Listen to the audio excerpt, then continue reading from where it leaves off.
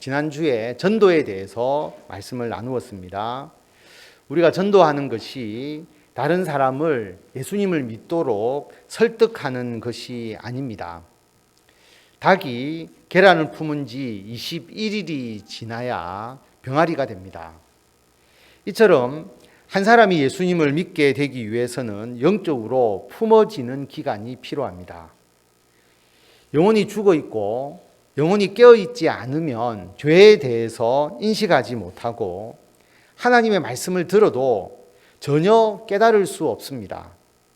그래서 하나님께서 먼저 그 사람의 영혼을 품어주십니다. 영적으로 품어져서 하나님의 말씀을 받아들일 때가 되어야 예수님을 믿습니다. 사울이 예수님을 믿게 된 과정을 보면 잘 알 수 있습니다. 사울이 예수님을 믿는 성도를 체포하러 다메섹으로 가다가 예수님을 만나서 갑자기 예수님을 믿게 된 것이 아닙니다. 사울이 예수님을 믿는 사람을 핍박하는 그때에도 사울의 영혼을 하나님께서 품고 계셨습니다. 첫 번째로 예루살렘 교회와 성도들이 좋은 소문이 나고 좋은 모습을 보여주었죠. 모든 물건을 서로 통용하고 재산과 소유를 팔아서 각 사람의 필요를 따라서 나누어 주고 날마다 마음을 같이하여 성전에 모이기를 힘쓰고 집에서 기쁨과 순전한 마음으로 함께 음식을 먹고 하나님을 찬미했습니다. 그래서 온 백성에게 칭송을 받았습니다. 사울도 예루살렘 교회의 이런 모습을 분명히 보았습니다. 그의 심령이 품어졌습니다. 성도 여러분, 우리는 교회의 좋은 면 그리고 교회가 잘하는 점을 알려야 합니다. 교회를 통해서 우리들의 심령이 변화되고 우리가 새 사람이 된 것, 교회를 통해서 우리가 하나님의 은혜와 복을 받고 구원받은 것, 우리에게는 얼마든지 자랑스럽게 이야기할 교회에 대한 좋은 소식과 그리고 우리가 얼마든지 보여줄 수 있는 교회의 좋은 모습들이 있습니다. 하나님께서 거룩하게 하신 우리 교회의 좋은 소식과 좋은 모습을 전하고 보여주면 계란이 부화되는 21일 중에 처음 5일 정도 품어진 것입니다. 두 번째로 사울은 베드로와 사도들이 전하는 예수님의 부활 소식과 예수님이 구주 되심의 소식을 들었습니다. 사울이 예수님의 부활과 예수님의 구원자이시라는 그 복음의 말씀에 대해서 반발을 하고 오히려 그 예수님 믿는 자들을 핍박하고 죽이기까지 했지만 사울도 그 복음을 듣고 그 복음의 씨앗이 그의 심령에 뿌려지고 심령이 품어진 것입니다. 우리도 예수님을 전해야 그들이 듣고 심령이 품어집니다. 예수님을 전하는 것이 어렵지 않다라고 말씀을 드렸죠. 우리가 받은 은혜, 우리가 예수님을 믿고 우리가 경험한 것을 그냥 자연스럽게 들려주기만 하면 됩니다. 우리의 신앙 고백, 우리가 믿는 믿음을 계속 들려주면 21일 중에서 5일이 더 품어져서 10일이 품어지는 것입니다. 세 번째로 스데반이 순교할 때 죽음에 대해서 의연한 모습을 보여주었고 자신을 죽인 자들도 용서하는 스데반의 모습을 보고 사울의 심령이 품어졌습니다. 여러분, 어려운 순간, 고통의 순간에도 변치 않는 예수님에 대한 우리의 믿음을 보여주는 것이 중요합니다. 우리가 대단한 신앙을 가진 것도 아니지만 하나님께서 함께 하시기 때문에 우리는 고통과 어려움과 핍박과 시련을 이겨낼 수 있습니다. 성령께서 우리의 일상생활 속에서 우리가 어려움과 아픔을 극복하면서 담대하게 살아가도록 우리를 이끌어 주십니다. 일상생활 속에서 우리의 이 작은 모습이 사람들에게 강력하고 선한 영향력을 줍니다. 어려움 속에서도 이를 이겨내면서 담대하게 믿음의 본을 우리가 보여주면 오히려 더 품어서 이제 총 15일 정도를 품은 것입니다. 이제 병아리가 되려면 6일을 더 품어주면 되는 것이죠. 그런데 이 영혼을 품는 세 가지, 교회가 좋은 소문이 나고 좋은 모습을 보여주는 것, 예수님의 부활과 구원에 대한 복음을 전하는 것, 어려움과 환난 속에서도 담대하게 믿음을 보여주는 것, 이 세 가지를 통해서 예수님을 믿지 않는 영혼들을 우리가 품어주는 것. 사실 이것은 우리가 하는 것처럼 보이지만 우리가 하는 것이 아니라 하나님께서 은혜를 베푸셔서 그들을 품어주는 것입니다. 사울의 심령을 품은 네 번째는 예수님의 직접적인 역사입니다. 사울은 예수님을 믿는 사람을 체포하러 다마스커스, 시리아의 수도라고 말씀을 드렸죠. 그 다메섹으로 가는 길에서 예수님을 만났습니다. 예수님께서 직접 사울에게 역사하셨습니다. 사울이 다메섹에 가까이 이르렀는데 호련히 하늘로부터 빛이 나서 사울을 둘러서 비춥니다. 사울이 깜짝 놀랐죠. 땅에 엎드립니다. 그런 강한 빛 가운데서 사울은 예수님의 음성을 듣습니다. 사울아, 사울아, 너가 어찌하여 나를 박해하느냐? 주여, 누구십니까? 나는 너가 박해하는 예수다. 강력한 예수님의 임재의 체험입니다. 뿐만 아니라 그 이후에 사울은 앞을 보지 못합니다. 자신이 예수님을 믿는 자들, 예수님이 부활했다고 주장하는 자들을 체포해서 처형시키기까지 했는데, 예수님을 믿는 자를 체포하러 다메섹까지 지금 오고 있는데 부활하신 예수님을 자신이 직접 만난 겁니다. 엄청나고 강력한 체험입니다.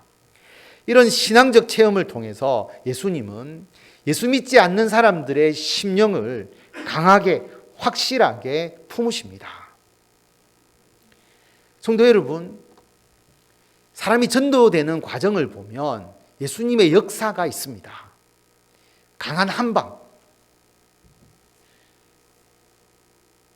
어떤 분이 질병도 너무 많이 걸리고 사업도 실패하고 그래서 점을 보러 갔는데 무당이 누구누구 엄마, 당신은 여기 올 게 아니고 교회를 가야 된다. 교회를 가야 이 문제가 해결된다.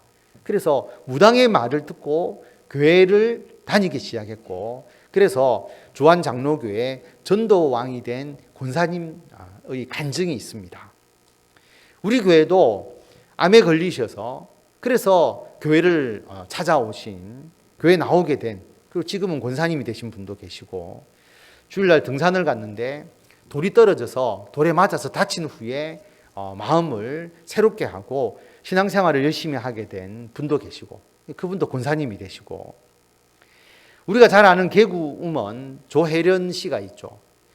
창가학회, 속하 가까이 인터내셔널이라고 해서 SGI라고 잘 알려져 있죠. 남묘 호랭개교, 우리는 그냥 남묘호랑교 이렇게 많이 하잖아요. SGI, 원래 이름은 창가학회입니다. 이 남묘호랑교를 열심히 조혜련 씨가 믿었죠. 그리고 간증을 하러 다닐 정도로 그 종교에서는 굉장히 유명한 사람이었습니다. 절대로 교회 가지 않을 사람이었죠. 그런데 재혼한 남편이 교회로 한번 가보자. 그래서 교회로 이끌었습니다. 근데 그때 교회 갔을 때 찬양대의 찬양이 우리가 잘 아는 찬송가 310장, 하나님의 은혜로라고 하는 찬양을 불렀습니다. 하나님의 은혜로 이 쓸데없는 자 왜 구속하여 주는지 난 알 수 없도다. 이 찬양을 들었는데 조혜련 씨의 간증입니다. 성가대의 화음이 아름다워서일까? 아니면 정말 성전에 계신 성령의 이끄심이었을까? 나는 자신도 모르게 찬송을 듣는 순간 그만 눈물이 뚝뚝 떨어졌다. 눈물과 함께 이런 생각이 들었다. 그래, 나는 정말 쓸데없는 자다. 쓸데없는, 그분의 표현으로 가스나로 태어나서 엄마가 죽으라고 엎어놓았고 뭐냐 하면 조혜련 씨가 5째 딸로 태어났습니다. 그리고 그 후에 6째, 7째도 딸이 태어났고요. 그래서 아들을 낳아야 된다는 그 너무나 큰 강박관념 때문에 조혜련 씨가 뱃속에 있을 때 아들인 줄 알았대요. 그런데 나중에 딸이 태어나니까 너무나 실망을 해서 어머니가 아이를 엎어놓았다라고 하는 거죠. 그런데 살아서 있던 겁니다. 대학에 합격해서 한양대 연극영화과에 합격했는데 대학에 합격해서 돈 버리는 짓을 했다고 부직갱이로 얻어맞기도 하고, 또 일본에서 개그우먼으로 활동을 했는데 군국주의에 동조했다. 그래서 앞에 가수가 노래를 부르고 난 뒤에 자기가 뒤에 박수를 쳤는데 그 노래가 뭔지 몰랐는데 그게 기미가요라서 조혜련이가 일본에서 군국주의에 동조했다 해서 또 막 여론이 좋아지지 않고 결국 욕만 들었던, 그러니까 계속 그런 어려움이 있었는데 그런 쓸데없는 자가 바로 내가 아닌가라는 생각이 들었던 거죠. 고개를 들 수가 없었다고 합니다. 찬양대의 찬송이 계속 이어졌는데 내 모든 형편 아시는 주님, 그 가사가 들렸습니다. 내 형편은 나를 낳은 엄마도 형제들도 자기의 자녀들도 모르는데 심지어 자기 자신도 왜 내 인생이 이렇게 불도저처럼 나 자신을 괴롭히며 사는지 자기 자신도 모르는데, 그런데 내 모든 형편을 아시는 주님은 누구란 말인가? 이 찬양을 통해서 그 한 번의 예배에서 은혜를 받습니다. 그 은혜가 그의 삶을 바꾸어 놓은 결정적인 한 방입니다. 왜냐하면 절대로 교회를 가지 않겠다라고 한 사람이 그 예배 이후에 일단 교회를 가기 시작했다라고 하는 것이죠. 예수님을 제대로 영접한 것은 아니지만 교회에 발을 들이지 않던 그녀가 교회에 다니기 시작한 전환점이 되었습니다. 근데 여러분, 우리가 이런 한방을 만들 수 있는 것이 아니지 않습니까? 오직 하나님께서 하신 겁니다. 여러분, 전도는 우리의 힘으로 하는 것이 아닙니다. 예수님께서 성령을 통해서 결정적으로 그 사람의 심령에 역사하기 때문에 가능한 것입니다.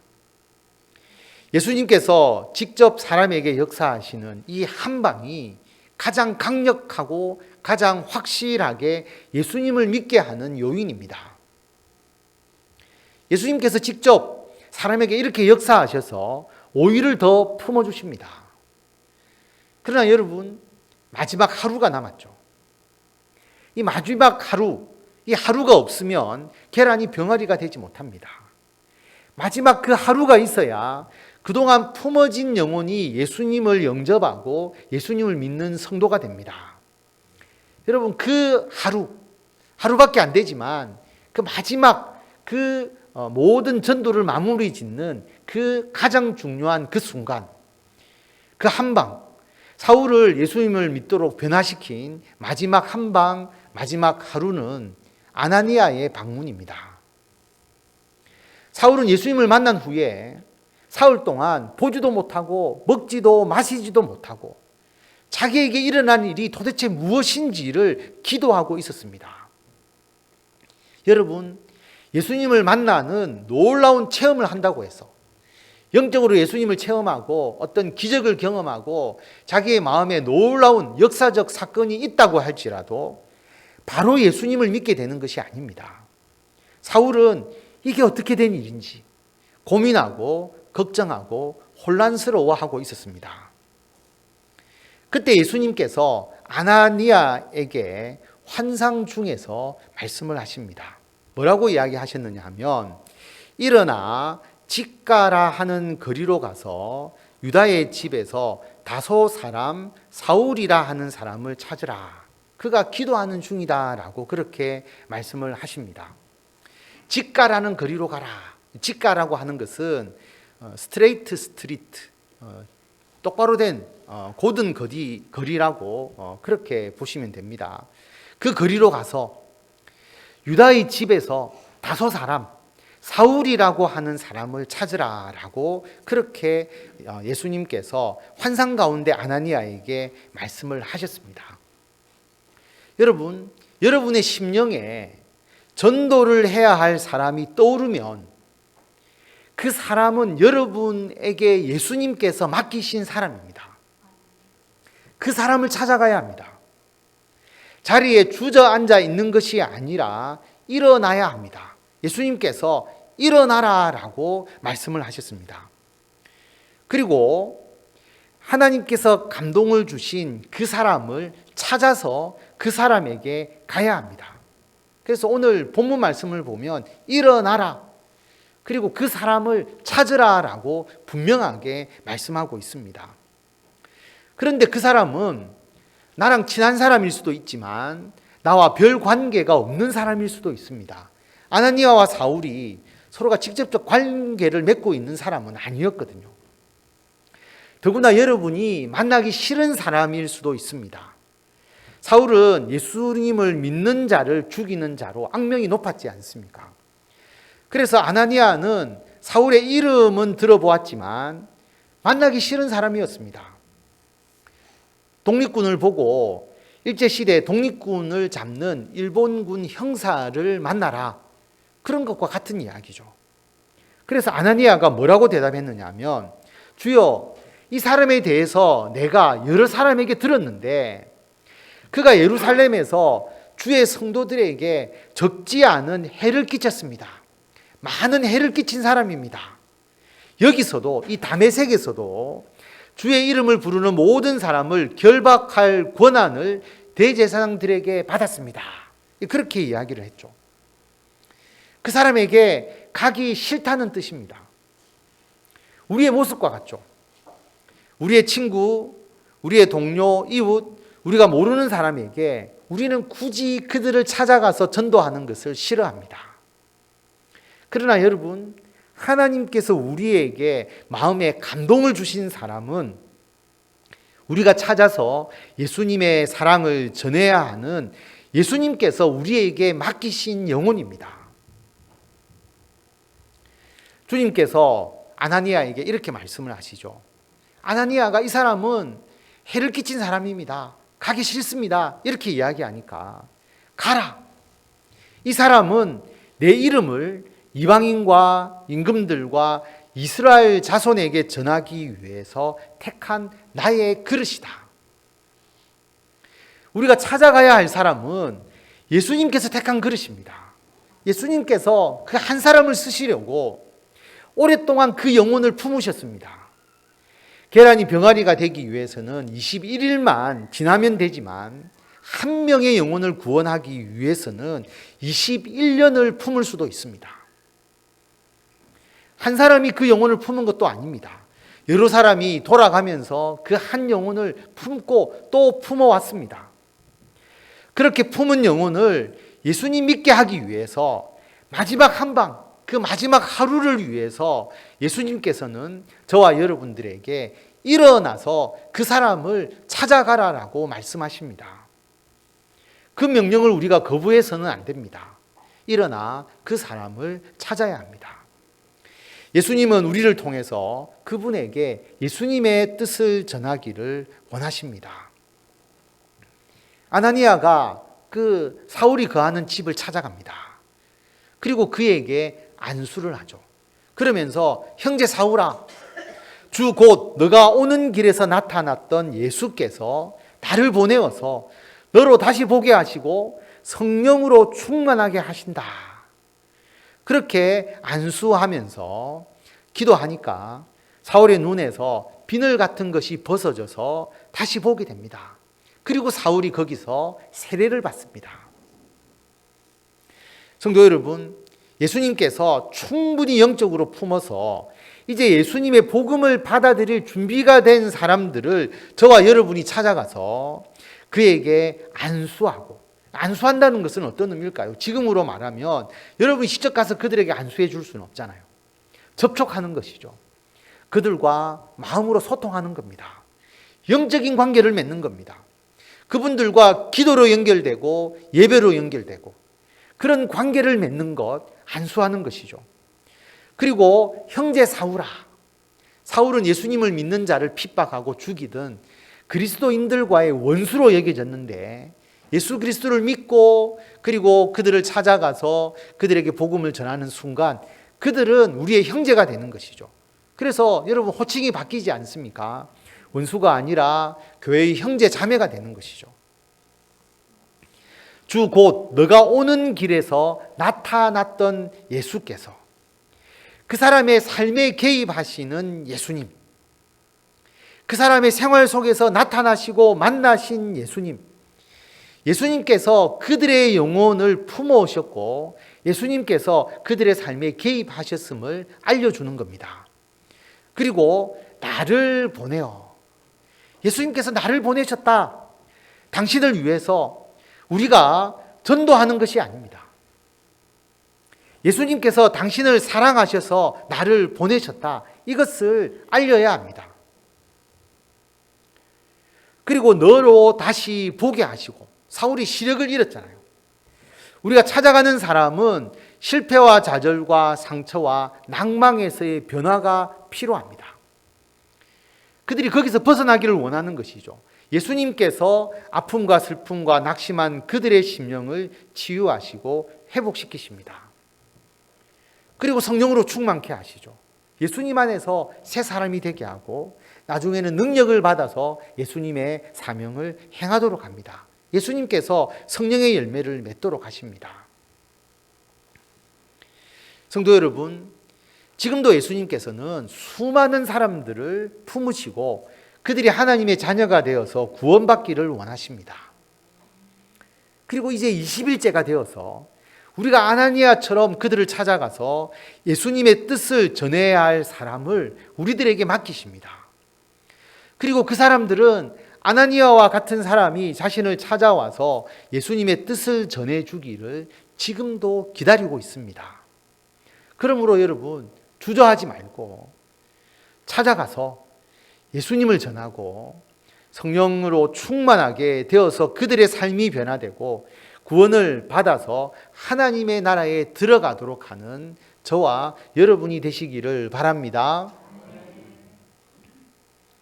한 명의 영혼을 품는데 꼭 한 사람이 그 일을 감당하는 것은 아니죠.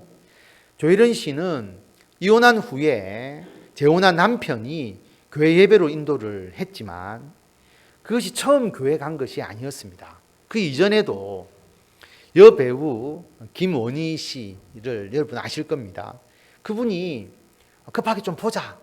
그래서 만났는데 교회 앞에까지 가서 만났는데 성경책을 준 겁니다. 읽어봐라. 그런데 받기만 하고 그냥 집에 던져놨다라고 합니다.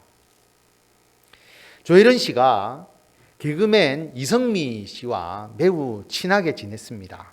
이성미 씨는 권사님이죠. 그래서 이성미 권사님이 캐나다에 이주를 해 있을 때에 워낙 친하니까 조혜련 씨가 이성미 권사님을 찾아가서 캐나다에서 만났습니다. 그때 이성미 권사님이 처음으로 조혜련 씨에게 이런 고백을 했습니다. 나 사실 너한테 할 말이 있어. 내가 매일 새벽 기도를 나가는데 내 이름을 하나님께 이야기해.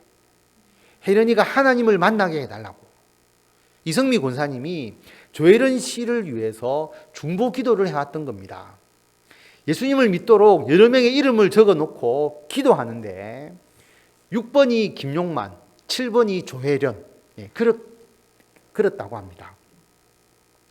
조혜련 씨가 그 이야기를 듣고 누군가를 위해서 한 번 중보 기도하는 것도 쉽지는 않은데 단 하루도 빼지 않고 4년 동안 그것도 새벽에 기도해 온 것이 정말 대단한 마음이다. 그런 마음이 들었지만 조혜련 씨가 이성미 권사님에게 편지를 썼습니다. 언니, 나를 위해서 기도해 주는 것은 고맙지만 나는 하나님을 믿지 않아. 미안한데 내 이름은 빼줘. 나는 내 종교 활동 SGI를 그때 다니고 있었으니까 그 활동을 열심히 할 거야. 그리고 그 후에 이성미 권사님이 한국으로 돌아오게 되고 그 한국에 돌아온 그 이성미 권사님을 서울의 동부 이촌동의 한 식당에서 만나게 됩니다. 이성미 권사님이 그때 뭐라고 이야기했느냐 하면 오늘 연예인들 연합 예배가 있는데 한번 가보자. 나는 안 가. 나는 신을 믿지 않아. 내가 너를 위해서 7년이 넘도록 기도해 왔는데 한 번은 가줄 수 있지 않겠냐. 나는 움직이기도 귀찮아. 횡단보도만 딱 넘으면 돼. 그런데 밥 먹자고 만난 곳을 일부러 그 온누리교회 딱 맞은편에 식당을 잡아서 같이 식사하고 연예인 연합 예배에 참여하도록 인도를 한 것이죠. 조혜련 씨는 철저히 기독교를 비판하는 사람이었습니다. 하나님과 기독교에 대해서 반감을 품고 있었는데 자기 친한 이성미 권사님이 요청을 하니까 어쩔 수 없이 교회로 끌려갔죠. 그리고 예배 말미에 이성미 권사님이 강단 앞으로 나가서 마이크를 잡고 이렇게 말합니다. 오늘 혜련이가 용기를 내어서 여기에 왔습니다. 앞으로 나와봐라. 조혜련 씨가 앞으로 나간 게 아니고 뒤로 가서 교회 문을 박차고 그냥 나가버렸습니다. 어떻게 순수한 우정을 빌미로 종교를 강요할 수 있느냐. 이건 배신이고 배반이다. 그리고 핸드폰을 꺼내서 이성미라는 이름과 전화번호를 다 지워버렸다고 합니다. 그리고 몇 달 동안 연락도 하지 않았던 것이죠. 그런데 이혼 후에 자기가 그렇게 예수 믿는 사람을 싫어했는데 예수님을 믿는 남편을 만나게 된 겁니다. 그래서 처음 교회에 갔고 예배에서 은혜를 받았다라고 말씀을 드렸잖아요. 그 이후에 남편이 조혜련 씨의 손을 잡고 함께 기도하면서 예수님을 영접하는 기도를 하도록 인도해 주었습니다. 그리고 남편과 함께 기도하면서 자기가 예수님을 구주로 영접하겠다고 영접 기도를 하고 고백하게 됩니다. 그리고 그 후에 2달 후에 교인으로 등록을 하게 되죠. 그때 시어머니가 눈물을 흘리셨다고 합니다. 왜냐하면 시어머니도 하나님을 믿지 않는 조혜련 씨를 위해서 계속 중보 기도를 해왔다라고 합니다. 조혜련 씨가 많은 사람의 축하를 받고 집으로 돌아가는 길에 딱 머릿속에 떠오른 한 사람이 있었습니다. 바로 누구냐면 이성미 권사님이죠. 7년 동안 조혜련 씨를 위해서 하루도 빼먹지 않고 중보 기도를 해온 언니였기 때문에 그래서 조혜련 씨가 이성미 권사님께 문자를 보냈습니다. 오랜만이야. 나 혜련인데 언니 나 오늘 교회에 등록했어. 그동안 나를 위해 하나님께 기도해 줘서 고마워. 몇 초 만에 바로 답장이 왔다고 합니다. 오 주여 세상에 하나님 살아계시군요. 감사합니다. 아멘. 아멘 뒤에 느낌표가 한 수십 개가 찍혀서 왔다라고 합니다. 그래서 바로 통화로 연결하니까 그 전화기 너머로 이성미 권사님이 계속 흐느끼고 울고만 있었던 것이죠. 아무 말도 못하고 한동안 울고 계셨던 이성미 권사님이 하나님 감사합니다. 저희 기도를 들어주셨군요. 세상에 너가 하나님을 믿다니 오 세상에. 오 세상에라는 말을 한 10번도 넘게 하셨다고 합니다. 그리고 마지막 말이 조혜련 씨의 마음을 탁 와닿게 찔렀는데 뭐라고 말씀하셨느냐면 혜련아 너가 되면 다 돼. 여러분 무슨 의미인지 아시겠죠? 절대로 무너지지 않을 것 같았던 조혜련이라는 장벽도 무너졌는데 아직 예수님을 모르는 또 다른 누군가도 예수님을 영접하는 날이 반드시 올 수 있다라고 하는 의미였습니다. 조혜련 씨가 혜련아 너가 되면 다 돼. 이 말을 딱 들은 순간 한편으로 책임감도 들었다라고 합니다. 내가 이성미 권사님, 성미 언니와 남편의 기도의 응답으로 주님께 돌아왔듯이 나도 주변 사람들을 위해서 기도해야 되겠다. 예수님은 조혜련 집사님을 통해서 여러분 성경의 전도사로 수많은 간증으로 더 많은 사람을 품고 계십니다. 자기 아들과 딸도 예수님을 믿지 않았는데 예수 믿는 자로 바뀌어지게 되고 딸이 왜 예수님을 믿게 되었느냐? 엄마가 전혀 변할 것 같지 않았는데 어릴 때 엄마로부터 상처도 많이 있고 바쁘다 보니까 엄마하고 큰 간격이 있었는데 예수님을 믿고 변화된 엄마의 모습을 보고 나도 예수님을 믿어야 되겠다라고 해서 딸도 예수님을 믿게 되고요. 성경을 열심히 읽으면서 성경을 통해서 또 많은 사람들을 간증하고 많은 사람들을 예수 그리스도로 인도하는 사명을 행하고 있습니다. 이 조혜련 씨의 간증은 밴드에 올려드리겠습니다. 또 제가 6번 김용만이 궁금해가 찾아봤거든요. 김용만 우리 개그맨도 집사이시더라고요. 그래서 신앙생활을 하다가 또 굴곡이 많았잖아요.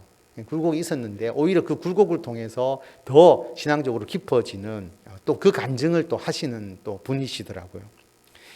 성도 여러분, 그동안 교회에 대해서도 들어보고 예수님에 대해서도 들어보고 예수님 믿는 사람들도 접해보고 예수님께서 역사하심을 체험한 사람들도 그들이 고민하고 번민하고 머리 싸매고 있을 때, 또는 교회에 대해서 조금 관심과 흥미를 가지고 있을 때에 우리가 직접 그들을 찾아가야 합니다. 직접 예수님의 뜻을 전해 주어야 합니다. 예수님께서 그 한 명의 영혼을 위해서 수많은 사람들을 통해서 그들을 지금까지 품으셨습니다. 이제 그 한 명의 생명을 살리는 마지막 1위를 위해서 우리를 보내십니다. 일어나 사람을 찾으라. 이것이 심령을 품는 마지막 1일이 되고, 이 방문이 있을 때에 계란 껍질을 깨고 병아리가 나오는 바로 그날이 됩니다. 돌같은 심령이 마침내 깨어지고 교회에 나와 예수님을 믿게 됩니다.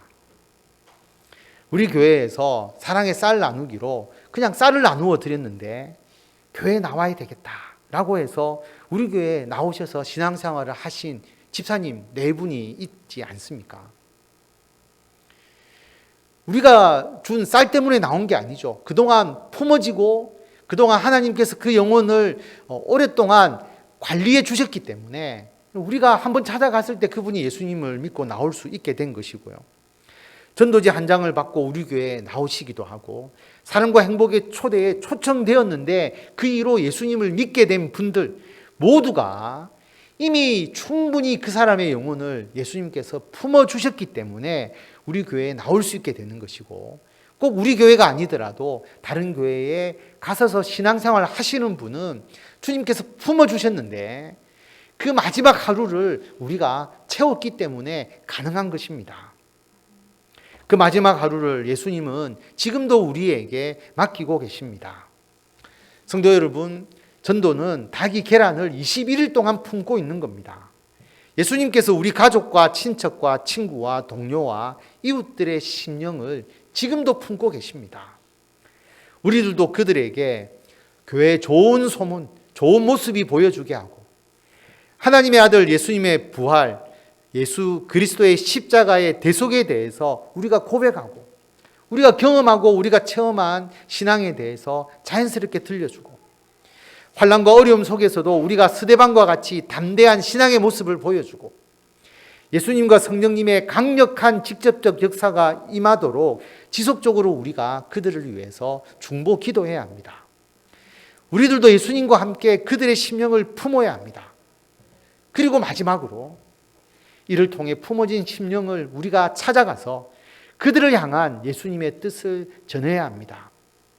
이러한 전도를 통해 사랑하는 우리들의 가족과 친구와 동료와 이웃의 생명을 구원하는 저와 성도 여러분이 되시기를 바랍니다.